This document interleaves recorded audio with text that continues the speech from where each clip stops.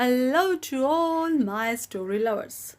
Welcome back in Storytime channel. Today's our story name is The Magical Bird by Ramarendra Kumar. Before go to the story, please like, share and subscribe. Now let's go to the story. Long ago, there was a small kingdom at the foot of the Nilgiri hills.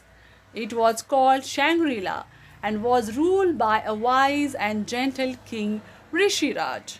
The king was kind, just, and loved by his people. Shangri-La was a beautiful place dotted with gardens and greenery. Flowers bloom throughout the year, birds chirp, and animals frolic in grey abundance. Love and peace reign supreme. According to the legend, all this was because of Kokila, the cuckoo bird.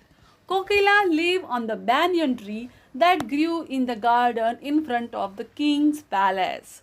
Kokila was blind, but she had enchanting voice. She sang the whole day, and her melodious voice wafted across the kingdom, spreading love, peace, and happiness. On the other side of the Nilgiri hills was another kingdom called Dongrila. If Shangri-La epitomized love, peace, and joy, Dongrila was the picture of hatred, infighting, and misery. It was ruled by Jagadguru, a mean, ill-tempered, and selfish king. One day, Jagadguru happened to pass through Shangri-La. He was greatly impressed by what he saw. On reaching home, he summoned his Prime Minister, Gyan Deep. Gyan, this morning I passed through Shangri-La. This was the first time I had been there. It is a fantastic place. It is as pretty as a picture, calm and peaceful. It is like heaven.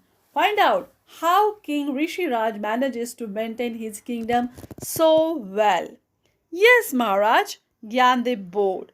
The same day, Gyandev left for Shangri-La disguised as a hermit. He spent his time in the kingdom talking to people, roaming the streets, and observing things minutely. Finally, after 10 days, satisfied with the information he had collected, he returned to Dongrila. On the morning after his return, he went to meet the king in his chamber. Maharaj, I have found out the secret behind King Rishi Raj's success. What is it? It is the bird called Kokila.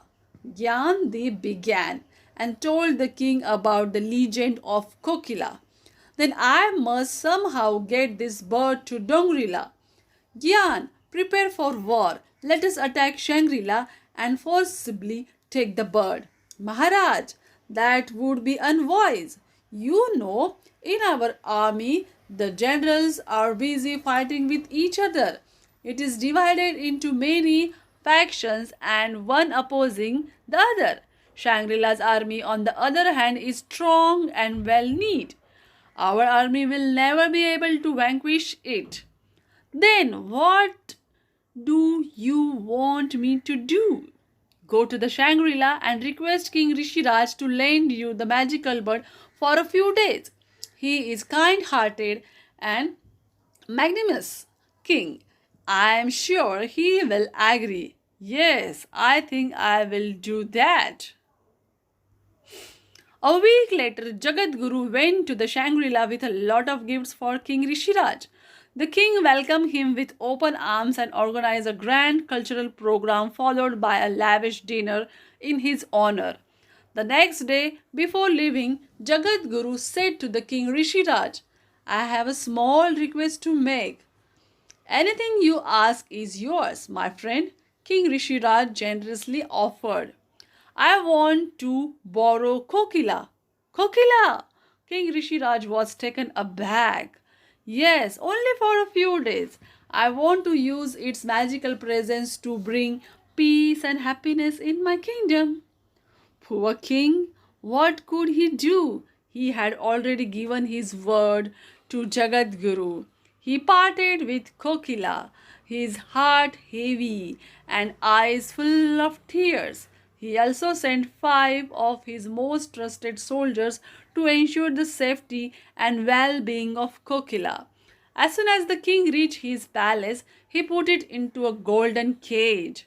Maharaj, please do not keep it in a cage. It is used to flying free. Please do not ensalve it. The soldiers protested. Shut up, you foolish.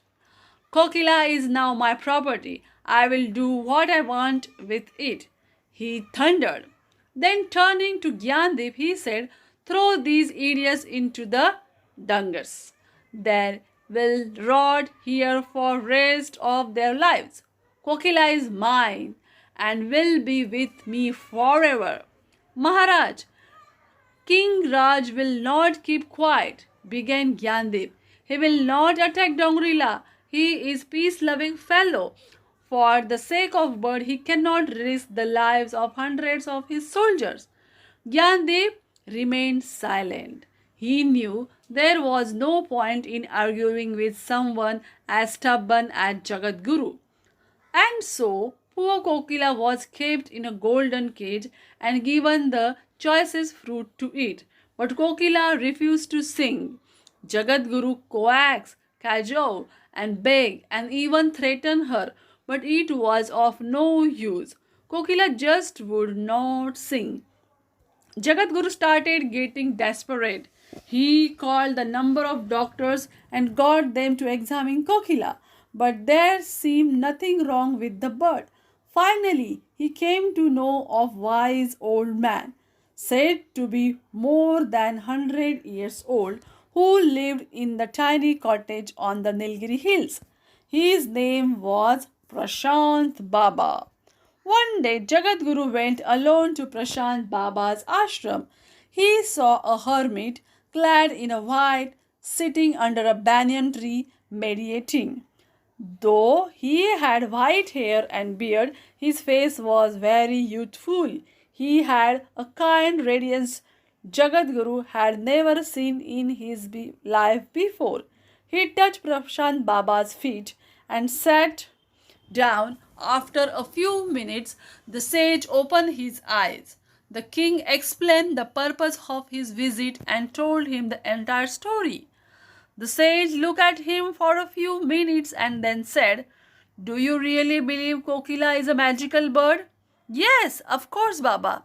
That's why Shangri-La is. You are a fool. Prashant Baba cut him short. What? How dare you call me, Jagadguru, the king of Dongrila, a fool? Jagadguru got up and his hand reaching for his sword. Shut up and sit down, commanded the Baba. There was so much authority in his voice and such a power in his gaze that Jagadguru sat down meekly. The magic is not in Kokila's voice. The magic is in the deeds of Rishi Raj, the king of Shangri-La. I do not understand. I will explain. I know all about the problems of Dongrila as well as the prosperity of Shangri-La. Rishi Raj is a kind and merciful. He treats his people with love and respect. Naturally, they too have imbibed these qualities. The ripples of love and kindness generated by the king at the center have grown bigger and bigger and enveloped the entire kingdom. Prashant Baba paused and looked at Jagadguru continued. In your case, the opposite is true. You are selfish and cruel. You ascended the throne by killing your elder brother. You have always been greedy and treated your people like slaves. Your subjects too have imbibed your qualities. I am sure you have heard the Sanskrit saying, Yatha Raja, Tatha Praja. As is the king, so are the subject. Jagadguru remained silent. How long have you kept Kokila with you? Baba asked. 1 month. Go and have a look at Shangri-La. Even in Kokila's absence, it is still as peaceful as ever. Love and happiness still reign supreme in Shangri-La, while in Dongrila. Prashant Baba looked at Jagadguru and slowly shook his head. Why has Kokila stopped singing? She found the atmosphere of Dongrila suffocating. Moreover, in Shangri-La she was a free bird, while in your palace she has been encaged. Take Kokila back to Shangri-La and apologize to Rishi Raj. Instead of stealing the so-called magical bird, try to emulate the magical qualities of Rishi Raj. Jagadguru went to the kingdom and released the soldiers who had accompanied Kokila. He then took the bird to Shangri-La. I am sorry, my friend, I was blind to my own faults. Jagadguru apologized to King Rishi Raj. The king embraced him. It is never too late to learn, he said. A year later, a hermit entered Jagadguru's court. For a moment, Jagadguru did not recognize him. Then suddenly it dawned on him. He rushed to touch Prashant Baba's feet and made him sit beside him. Son, I have came to give you my blessings. I am happy you too took my advice. I was passing through your kingdom and it was a lovely sight. I could hear the voices of hundreds of kokilas singing their magical songs. In fact, for a moment I was not sure whether I was in Shangri-La or Dongrila. I am indeed proud of you. This is the end of the story. Do you like it? Then comment it. Subscribe my channel. Bye.